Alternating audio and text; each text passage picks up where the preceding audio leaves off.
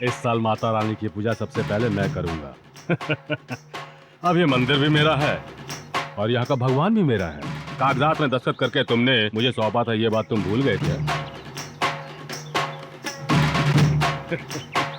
हवेली के साथ मंदिर भी इन्हें सौंप दिया क्या शिवराम बेटा? दिया है तो भी किसको माँ जी? हमारे घर की देवी को ही ना।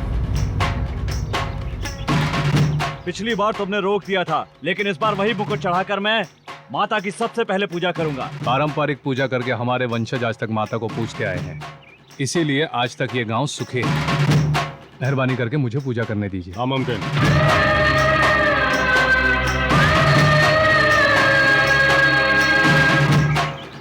पंडित जी, इनके आज्ञा के मुताबिक पूजा कीजिए। हमें पूजा के समय और कोई यहाँ नहीं चाहिए। तुम्हारी भलाई इसी में है कि चुपचाप तुम लोग यहाँ से चले जाओ। रुक जाओ, मैंने धन दौलत तो आपके चरणों में रख दी, अपनी इज्जत नहीं गंवाना चाहता। हम लोग जा रहे हैं।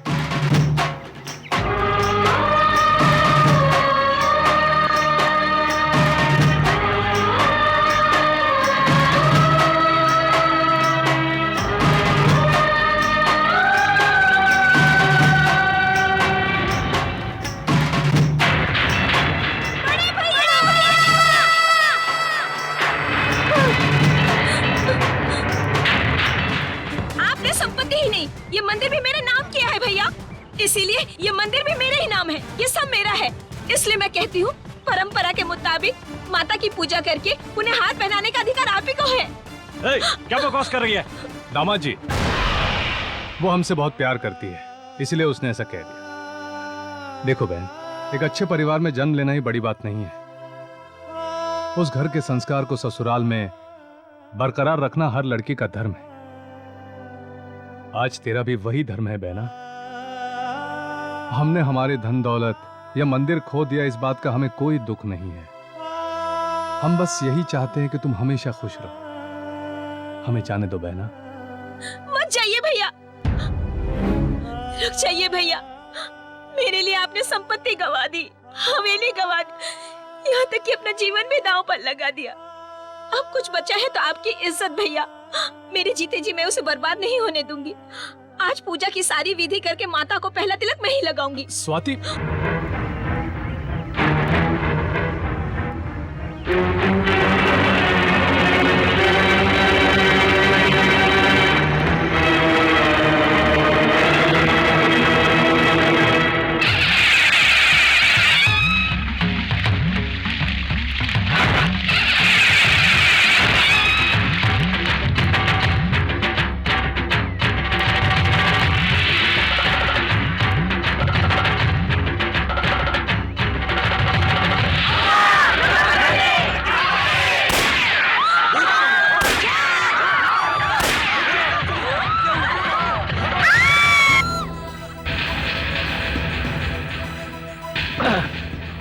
इस कुत्ते को मैंने ही टपकाया है। इसको सुपारी देकर तुम तीनों की जान लेने के लिए यहाँ बुलाया गया था। मुनीम होने के नाते जैसे सब हिसाब देखता हूँ, इसका भी हिसाब कर दिया। बेटा, तुम्हारे पिताजी ने कलम चलाना सिखाया, उन्होंने ही गन चलाना भी सिखाया। आज वही हुनर तुम्हारे काम आ गया। हमारे लिए आप? आज तुम्हारी समझ में आ गया ना मैं ये घोड़ा क्यों रखता था। देखा ना, आज वही काम आया। मैंने होश संभाला है तब से आपके पिताजी को फैसला करते देखा है। जीवन में पहली बार आज मुझे मौका मिला आपके खाए हुए नमक का हक अदा करने का। आपके पुरखों ने हमारे खानदान की हमेशा रक्षा की है, कभी भी हमें भूखे पेट नहीं सोने दिया, हमें भरपेट खाना दिया। इस जन्म में तो कर्ज नहीं चुका सकता। आज तुम्हारी रक्षा करके धन्य हो गया। तेरा नमक खाया है बेटा। श्रीकांत काका, सबकी आंखों से आंसू पोंछने वाले इंसान की आंखों में आज आंसू है, इसे बहने मत देना बेटा। मुझे लगा पिताजी हमें छोड़कर चले गए, पर यह बात सच नहीं है। वो आपके रूप में आज भी जिंदा है। बस बेटा, इस वफादार मुनीम के लिए इतना ही काफी है।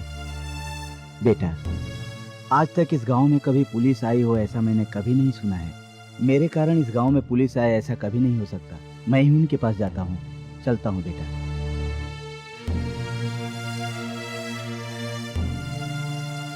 फूल सिंह, एक बार चलते चलते क्या हो गया था पता है?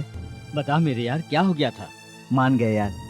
1947 में क्या हुआ बताना चाहता था, तूने नहीं सुना। 48 में, 49 में, 50 में, 60 में क्या हुआ वो भी तूने कभी नहीं सुना। लेकिन आज तू सुनने के लिए तैयार हो गया, अच्छा लगा। इसके पहले मैं 2 बार जेल जा चुका हूँ, एक बार फिर जेल जाकर वहाँ के हालात देखने दो यार। ध्यान रखना बेटी स्वाति, कोई अगर गलत करे तो उसका भी भला कभी नहीं होता। तुम्हें मेरा आशीर्वाद है, तुम सदा सुखी रहो।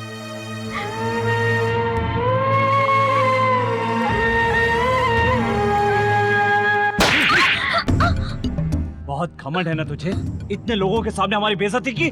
उस दिन भाइयों ने बेइज्जती की और आज तूने हमारी इज्जत उतारी। क्यों रे? मैं तुझसे बात कर रहा हूँ और तू अपने आप में लगी हुई है। रोज थप्पड़ खा खा कर अब तो मुझे आदत सी हो गई है। अब मैं तुझे तड़पा तड़पा कर मारूंगा। मारने वालों को किस तरह धूल चटानी है ये मैं भी जानती हूँ। क्यों जी, मुझे बेवकूफ समझते हो क्या? मेरे भाइयों का तो कोई भी दुश्मन नहीं है। उन्हें मरवाने का प्लान तुम्ही ने बनाया था ना, ये भी मैं जानती हूँ। ये बात अगर मैं उसी दिन सबके सामने बोल देती तो तुम इस वक्त जेल में होते। आज तुम यहाँ खड़े हो तो सिर्फ मेरी वजह से। मैं चुप हूँ तो सिर्फ अपने ससुराल और मायके वालों के खातिर। क्या कह रही है? मुझे भला उन्हें मरवाने की क्या जरूरत है? ए, तुम अंदर जाओ बेटा। इसके खानदान वालों को मरवाने की साजिश मैंने ही रची थी। तुम्हें अकल है कुछ?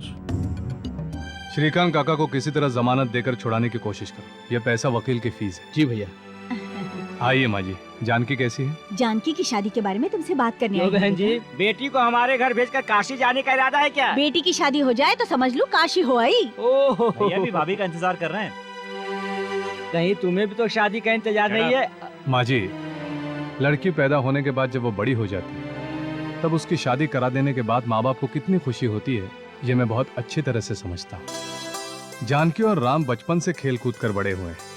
अच्छा मुहूर्त देखकर शादी कर देते हैं। मुहूर्त निकालने से पहले एक बात कहना चाहूंगी बेटा। मेरे भैया ने मेरे पैदा होने से लेकर विदाई तक जो भी कुछ दिया है वो सारी चीजें मैं अपनी बेटी को देना चाहूंगी। हमारे बीच में खून का रिश्ता है, आप लेन देन की बात मत कीजिए। मेरे पास जो भी कुछ है तुम्हारा ही है।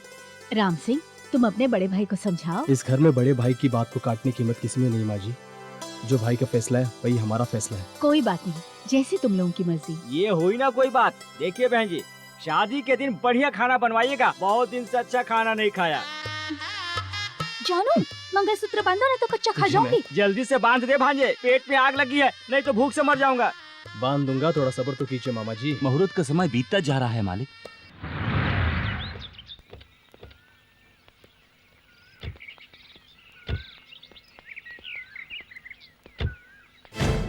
ये क्या है जी? तुम मुझे इस मंदिर में लेकर आए हो, लेकिन हर शुक्रवार तो मेरे गांव वाले मंदिर में जाते थे। वहाँ तेरे छोटे भाई की शादी हो रही है, अच्छी तरह जानता हूँ। वो तुम्हारा इंतजार कर रहे हैं, ये भी पता है। बगैर तेरे शादी नहीं होगी, ये भी पता है। वहाँ उन्हें शादी करने दो और तुम इस मंदिर में दर्शन कर लो। मैं जानता हूँ तुम्हारे गांव के माता की मंदिर की बहुत महिमा है, लेकिन इस मंदिर का चमत्कार भी कुछ कम नहीं है। चलो चलो। नमस्ते जी। नमस्ते, कैसे हैं? ठीक हूँ जी। आज मेरी भांजी की शादी है, हाँ। छोटे से आशीर्वाद के लिए रुकी है। हाँ, हाँ। अब आप आ गए हैं तो सब ठीक हो जाएगा। हाँ, अब आप चलकर वर वधू को आशीर्वाद दीजिए। आइए आइए, मैं आपका बहुत आभारी हूँ। आइए आइए। हाँ, हाँ। ए, वो अक्षत की थाली इधर लेके आ। हाँ लीजिए मालिक। हाँ, हटो रे। हाँ। आइए आइए।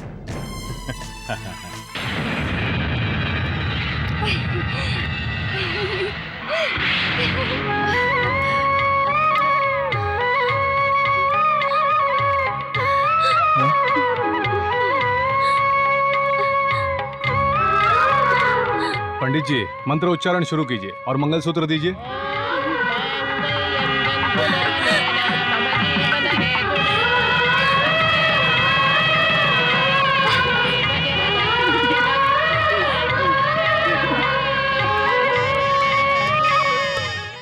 कौन सा महीना? 5वां। ये शादी दुर्गा माता के मंदिर में हो रही होगी, यही सोचकर आप लोग यहाँ चले आए। तुम्हारी चाल को पहले ही समझ गए थे, इसीलिए सारा इंतजाम यही किया। जिस स्कूल के तुम विद्यार्थी हो उसका प्रिंसिपल है हमारा शिवराम।